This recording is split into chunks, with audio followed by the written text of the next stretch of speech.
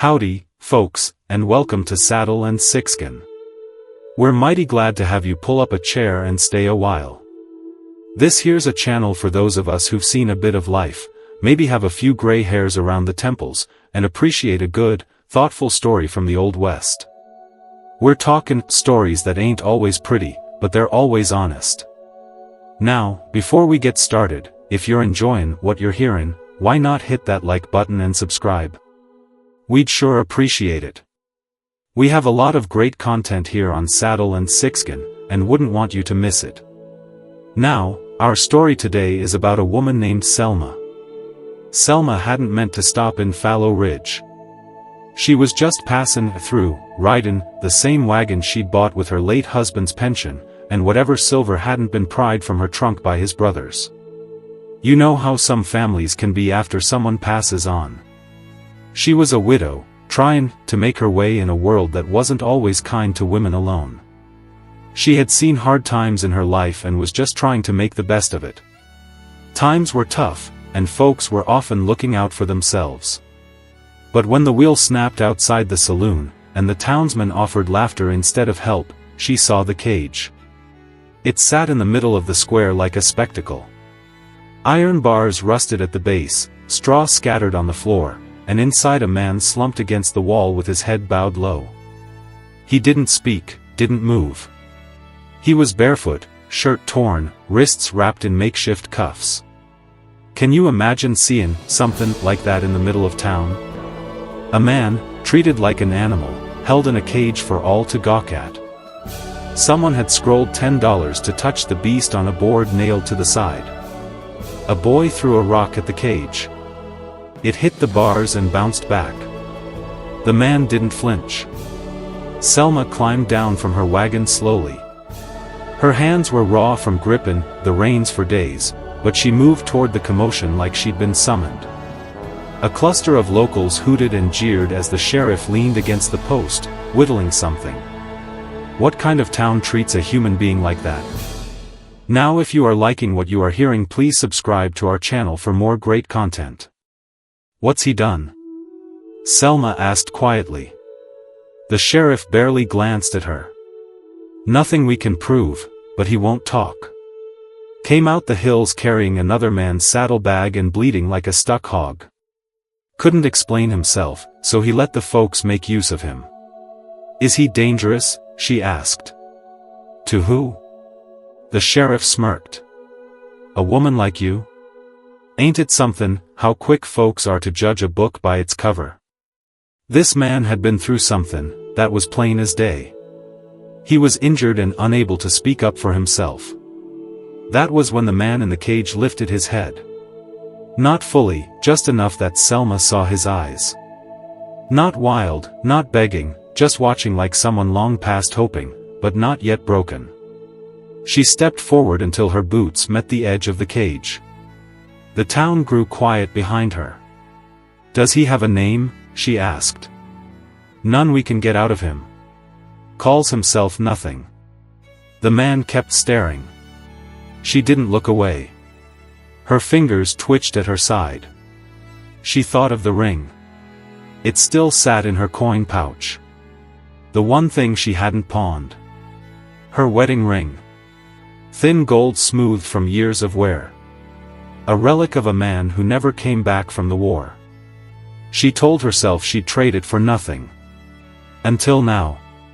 It's a powerful thing, a wedding ring. It represents love, commitment, a lifetime together. For Selma, it was a reminder of a loss, a painful memory of a husband she'd never see again. But something about this man in the cage struck a chord in her. She reached into her satchel, felt the cool metal between her fingers, and pulled it free. The crowd leaned in. Selma stepped to the sheriff, held the ring up. Will this buy what he is? She asked. The man behind the bars didn't blink. But in that moment, Selma knew. She wasn't buying a man. She was setting something free in both of them. She saw something in that man's eyes that told her he deserved better. She didn't know what had happened to him, but she knew he didn't deserve to be treated like an animal. It was more than just buying his freedom. It was about restoring his dignity, and maybe, just maybe, finding a little freedom for herself too. Remember, if you're enjoying this story, please consider liking and subscribing. The sheriff took the ring with a smirk and held it to the sunlight like he was weighing a horse, not a man. "Ain't worth $10, he said, but it'll make for a fine tailpiece." The crowd chuckled, not knowing whether to jeer or applaud. Selma didn't flinch. He was trying to belittle her, to make her feel foolish for caring. But Selma stood her ground. She knew what she was doing was right, and she wouldn't let anyone's mockery sway her. She watched as the sheriff unlocked the cage with a rusted iron key and let it fall open with a screech that made dogs bark in the distance. The man inside didn't move. "He's yours now," the sheriff said. "Hope you've got rope and regrets." Selma stepped forward, pausing just outside the cage. "You can come or stay," she said. "Either way, you're not anyone's anymore." Still, the man didn't rise. She was giving him a choice, a chance to decide his own fate. It was up to him now to decide if he was going to crawl back into the cage, or walk out into the light. Then, slowly, he pushed himself up, hands braced against his knees, legs stiff like they hadn't moved in weeks. He stood tall, taller than she expected. Sunlight hit his face full now. Dark hair matted, beard thick, eyes shadowed and unreadable. Not young, not old, not a monster, just worn. He stepped out without a word.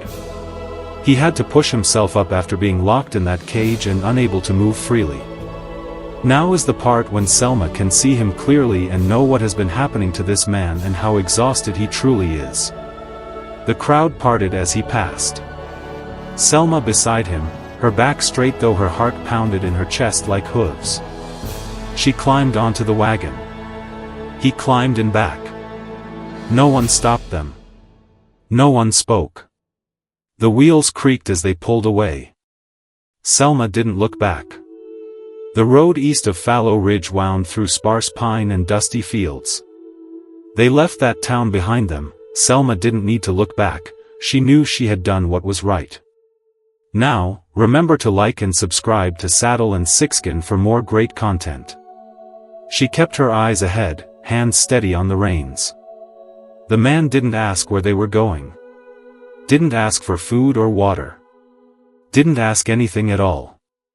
When the sun dipped low, she stopped at a hollow where a stream cut through the rocks and let the horse drink. The man jumped down before she could speak, untied the pack without prompting, and began gathering wood. He was watching her, gauging her intentions, but he was also starting to contribute, to show his gratitude in his own way. By the time she'd unhitched the horse and unpacked the blankets, he had a fire going, small, tight, efficient. Selma watched him crouch beside it, quiet as the trees around them. "Do you have a name?" she asked. He looked at her, then shook his head once. "Can you speak?" he nodded. "But you don't." A pause, then a shrug. She sighed, settling on a nearby stone. Selma was trying to understand him, to reach out and connect with him. She wanted to know who he was, what his story was. "I'm not looking for a husband or a worker or a story to pity." He looked up, brow raised. She met his gaze, firm, but tired. "I bought you because you didn't deserve that cage, not because I need anything from you." He didn't reply, but he reached into the firelight, tore a piece of his own bread in two, and offered her half. He was showing her that he understood, that he appreciated her gesture. He had very little to offer, but he was willing to share what he had, and hopefully she could learn more about him soon. No words, just the gesture. And somehow that was the loudest thing either of them had said all day. They traveled for 3 days without incident, camping near rivers and beneath low trees where crows circled but never called. Selma kept the wagon on old trader trails, the kind her husband had once marked on maps in pencil and prayer. Now here at the Saddle and Sixkin channel, we hope that you have been enjoying our story today about Selma. Remember to like and subscribe to our channel for more great content. The mountain man, still unnamed, never strayed far from camp.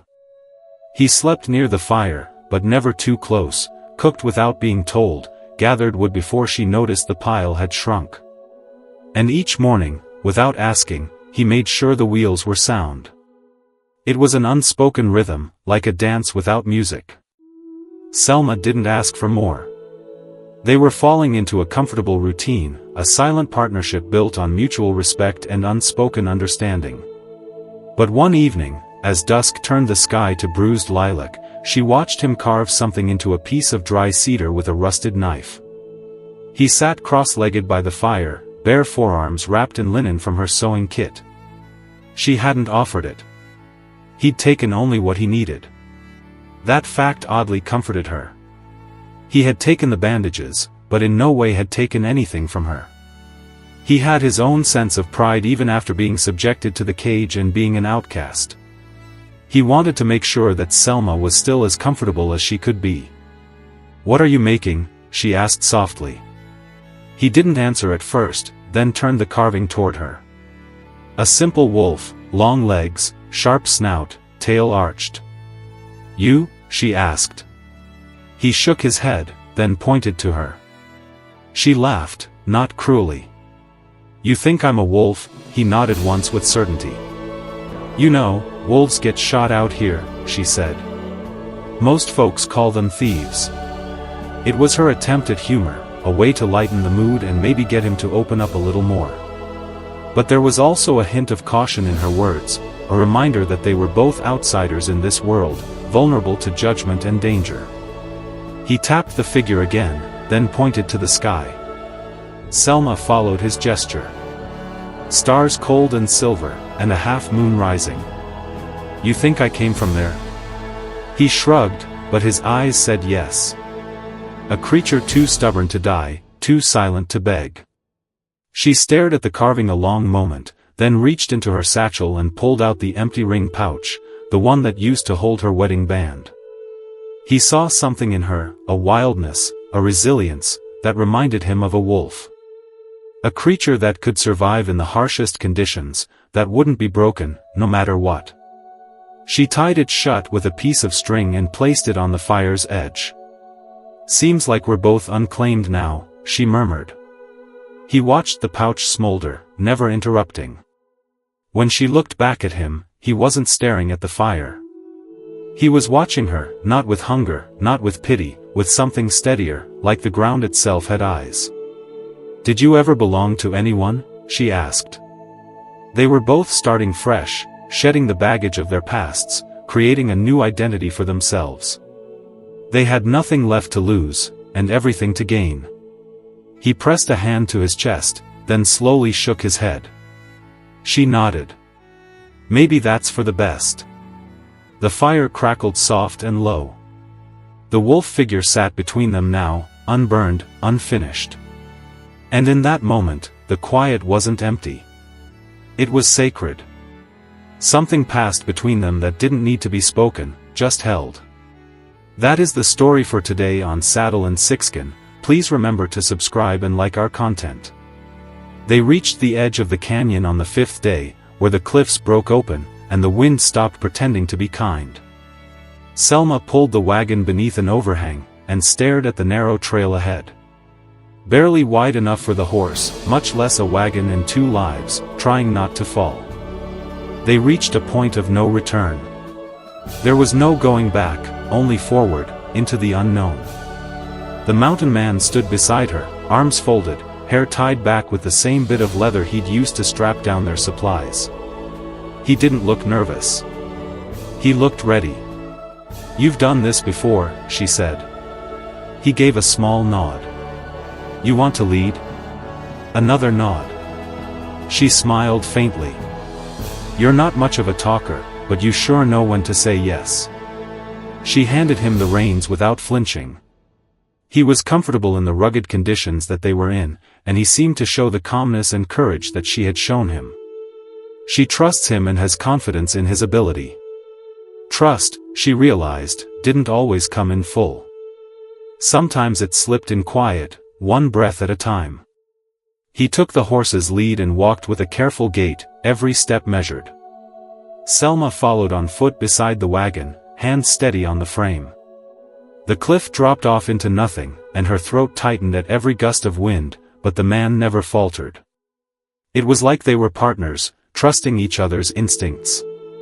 She had a calm and gentle faith in his ability and wanted to put her confidence in him. At a bend in the trail, a rattling spooked the horse. The beast reared, kicking, and Selma nearly lost her grip. The wagon groaned. Then his hand on the bridle, calm, grounded. The horse stilled. Just like that, he said nothing. Just looked back once to make sure she was still upright. Her heart thudded in her ribs. Selma had been on the verge of losing control, but she was confident in him and they had the calm to get back on track. Not from the near fall, but from the way he looked at her, like she wasn't something fragile, like she was already standing.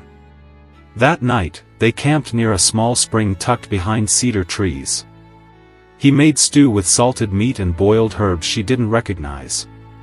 As they ate, she studied him, the way he always faced outward, eyes on the dark, watching for trouble, even if it never came. "You don't sleep much," she said. He was always alert, always vigilant, always watching out for her. He shrugged. "Is it fear?" He looked at her for a long moment, then shook his head. She tried again. "Guilt?" Still no. Then he did something unexpected. He reached for the knife at his hip and dragged its hilt slowly across the ground.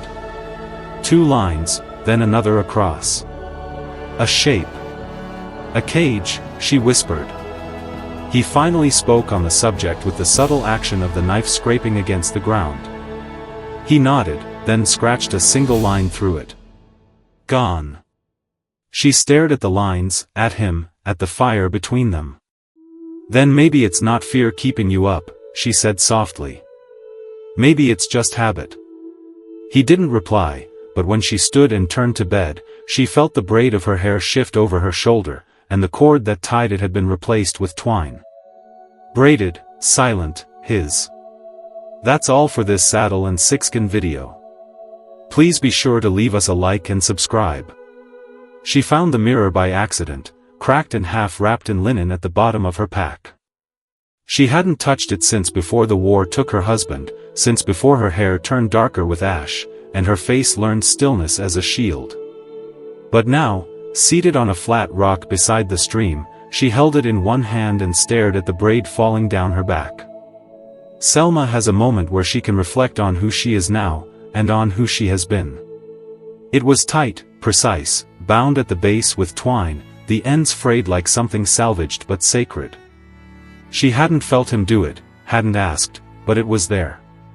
Proof of care in a world where men usually only reached for what they could keep. The mountain man, no name still, was crouched at the water's edge, washing out the stew pot. She was starting to notice the actions and subtle moments of care that this man was showing for her. His movements were quiet, practiced, the kind that made a woman watch longer than she meant to. Selma turned the mirror toward the braid again.